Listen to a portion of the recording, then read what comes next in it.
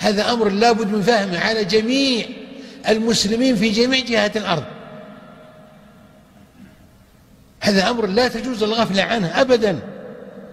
ثم في آخر الأمر الدعوة الخمينية قائمة على فكر البنا وقطب وغيرهم من أقطاب الإخوان المسلمين. ترجمت كتب البنا وقطب وغيره ونشرت، وقامت الدعوة الخمينية على هذا. وأول من صافح الخميني هم، والآن هم على تواصل مستمر، وانكشفت أسرارهم وهتكت أستارهم وسلط الله عليهم بسبب هذا، لأنهم باطنية متفقون على رفع الإسلام ظاهرا والكيد للإسلام وأهله باطنا. لا شك أنه دخل معهم من يحسن الظن بهم، دخل معهم مغفلون من المسلمين، دخل معهم سفهاء، لكن الكلام على الرؤوس المفكرة والقوى المدبرة والجهات المتآمرة هذا منهاجها. لا تغتروا، اعرفوا هؤلاء. فالخوارج المارقة المعاصرون والشيعة الغالية الفرس المجوسيون وجهان لعملة واحدة كما يقال، ومخططهم واحد. والذين دخلوا معهم من العرب ما بين حاقد وقاطع طريق وجاهل وصاحب شهوة ومغفل، دخلوا معهم في هذه وتون الفتنة هذه، وكادوا للإسلام وأضروا بالمسلمين، وانتهكوا العبادات، وانتهكوا شعائر الملة، وانتهكوا حرمات المسلمين، لأنهم جهلة، لأنهم أغبياء، لأنهم أصحاب هوى، لأنهم مريض قلوب، لأنهم منافقون نفاقا اعتقاديا. والحكم يعمهم في الحياة، والله سبحانه وتعالى هو الذي سيفصل بينهم يوم القيامة. من كان على نية صالحة مغرر به فالله أرحم به من نفسه.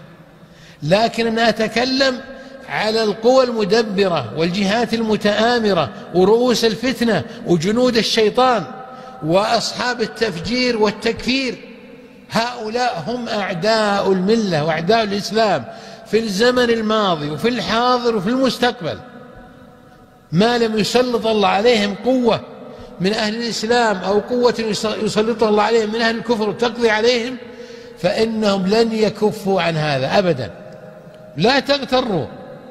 مجرد ما تسمع الجهاد الإسلامي هذا الذي على غير ولاية شرعية، ما هو تحت ولاية شرعية، ما هو تحت ولي أمر عام للمسلمين في بلد، وليس بقيادة العلماء علماء السنة، ومجرد ما تسمع هذه الجماعات بوكو حرام، وما تسمع داعش وغير ذلك من الفرق الضالة الحوثية وغيرها، اعرف ان هؤلاء ورثة للسابقين، واعرف انهم اعداء الامة. والله انه يتأذى منهم الحجر والمدر، ولو نطقت الارض ربما لتحدثت عنهم من شرهم وفتنتهم. فينبغي للناس ان يصحوا وان يعودوا الى منهاج اهل السنة والجماعة والى مصادر الشرع القرآن العظيم والسنة المطهرة بفهم السلف الصالح، وينظروا في فتاوى علماء الإسلام الثقات الذين جعل الله لهم القبول في قلوب عامة المسلمين.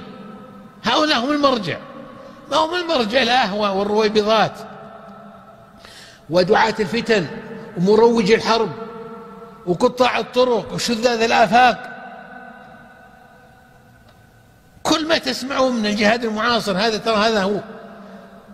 هذه المجموعات هي التي تقوم به وتموه على الناس وتخدع الناس وتهلك الحرث والنسل باسم الإسلام. ينبغي التنبه. كفى كفى كفى، لا بد من هذا.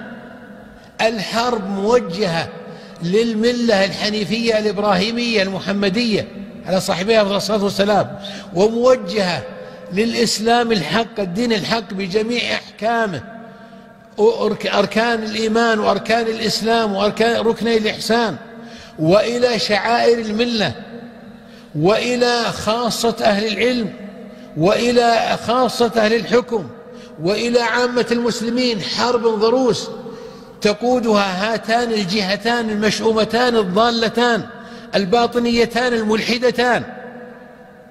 لا بد من الوعي، لا بد من الفهم. من يرد الله به خيرا يفقهه في الدين، ومن لم يفقهه الله في الدين فما أراد به خيرا.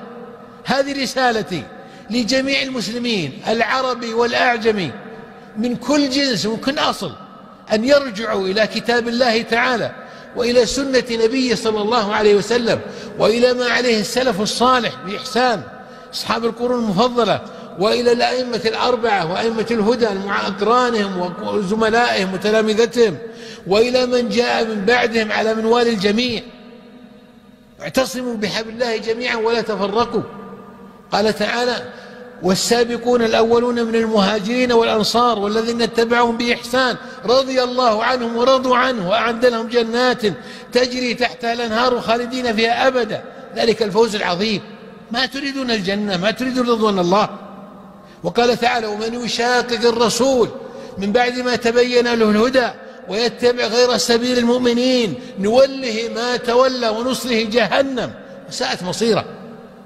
من خالف أصلا من أصول أهل السنة والجماعة فإنه يحذر في هذا الأصل الذي خالف فيه، ومن حاذر في أكثر من ذلك ولم تعرف عنه الديانة ولا الأمانة ولا محبة الخير ولا تحري الحق لا يتبع ولو كان أعلم الناس. هذا شيطان مريد إبليس.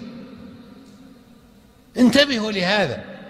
فعلى جميع المسلمين خاصتهم وعامتهم أن يراجعوا أنفسهم وأن يصححوا فهمهم لدينهم وأن يرجعوا إلى كتاب الله تعالى وإلى سنة نبيه صلى الله عليه وسلم وإلى ما عليه السلف الصالح وما أجمع عليه أهل السنة والجماعة إن كانوا يريدون النجاة لأنفسهم من الفتن في الدنيا ومن النار وغضب الجبار في الآخرة، إن كانوا يريدون رضوان الله عز وجل وجنته.